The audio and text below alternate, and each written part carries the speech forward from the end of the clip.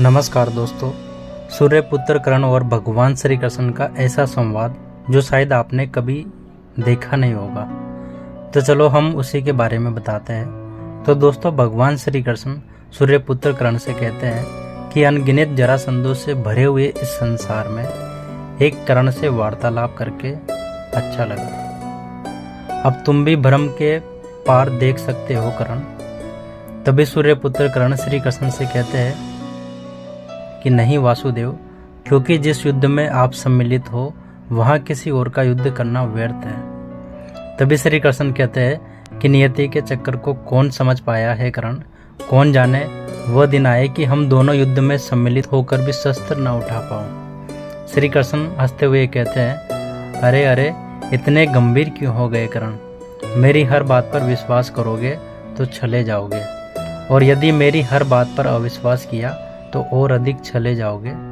अब सोचने में ज्यादा समय व्यर्थ मत करो कर्ण, रथ पर बैठो कर्ण। तभी सूर्यपुत्र कर्ण कहता है कि मैं आपकी यह पहेली भी नहीं समझ पाया वासुदेव श्री कृष्ण। तभी श्री कृष्ण कहते हैं कि हर पहेली का उत्तर हमारे चयन में होता है कुंती पुत्र कर्ण, और भविष्य चयन पर निर्भर करता है। जीवन जीने के सदैव दो विकल्प होते हैं। एक विकल्प होता है इस पाषाण खंड की बाती, जो अपने अहंकार, अपने हट और अपनी जड़ता के कारण भारी और कठोर हो जाता है, जो ना अपना चुना हुआ मार्ग बदलता है और ना ही अपने विचार बदलता है। उसका प्रारंभ इस पाषाण खंड की तरह होता है, जिसका ज्ञान पाने में ऋषि मुनि अपना सारा जीवन बिता देते हैं। कोई पाषाण खंड नहीं, कोई मोर पंख नहीं।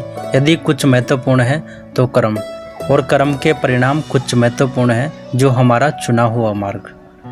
तभी हंसते हुए श्री कृष्ण कहते हैं कि बहुत ज़्यादा सोचते हो अंगराज कर्ण, और बहुत समय भी व्यर्थ करते हो। अब यही रहना है या आगे चले। तभी कर्ण जवाब देता है कि रुके तो आप है वासुदेव। तभी श्री कृष्ण कहते हैं, कहा था ना कि जीवन मार्ग में रुककर देख लेना चाहिए कि लक्ष्य उचित है या नहीं, और हमारा मार्ग हमारे साथ छल तो नहीं कर रहा है। इसके बाद कर्ण कहते हैं कि कहीं इसका संबंध पाषाण खंड और मोरपंख के चुनाव से तो नहीं।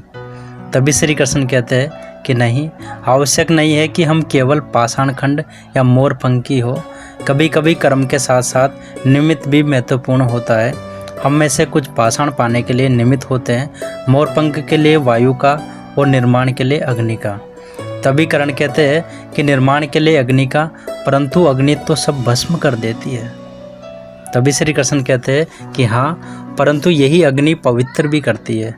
अंगराज कर्ण, क्योंकि सारथी का कार्य केवल मार्ग दिखाना होता है, चयन तो रति ही करेगा। फिर भी यदि समय आने पर चुनाव करना पड़े तो किसका चुनाव करोगे अंगराज।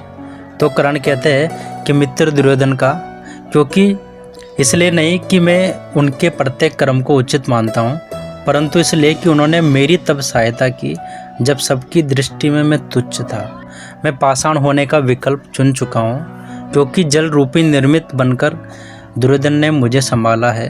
तो श्री कृष्ण कहते हैं कि चयन तुम्हारा है अंगराज, परंतु स्मरण रखना कि हम कर्म चुनते हैं और कर्म हमारा परिणाम चुनता है। तो दोस्तों, आपको श्री कृष्ण और अंगराज कर्ण के बीच का यह संवाद कैसा लगा, कमेंट करके हमें ज़रूर बताएं, और कमेंट में जय श्री कृष्णा ज़रूर लिखें, और बेल आइकन को ज़रूर दबाएं ताकि ऐसी और भी फैक्ट वाली वीडियो आए तो उसका नोटिफिकेशन आप सभी को सबसे पहले मिल सके।